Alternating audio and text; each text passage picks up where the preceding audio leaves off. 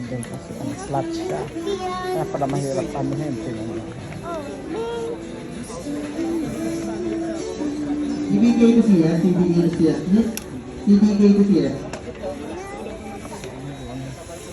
Yun yung bombahan namin.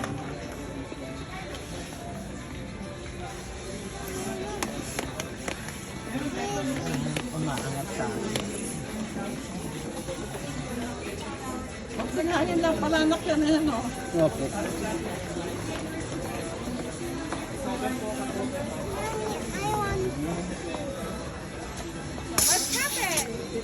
What happened daw pong?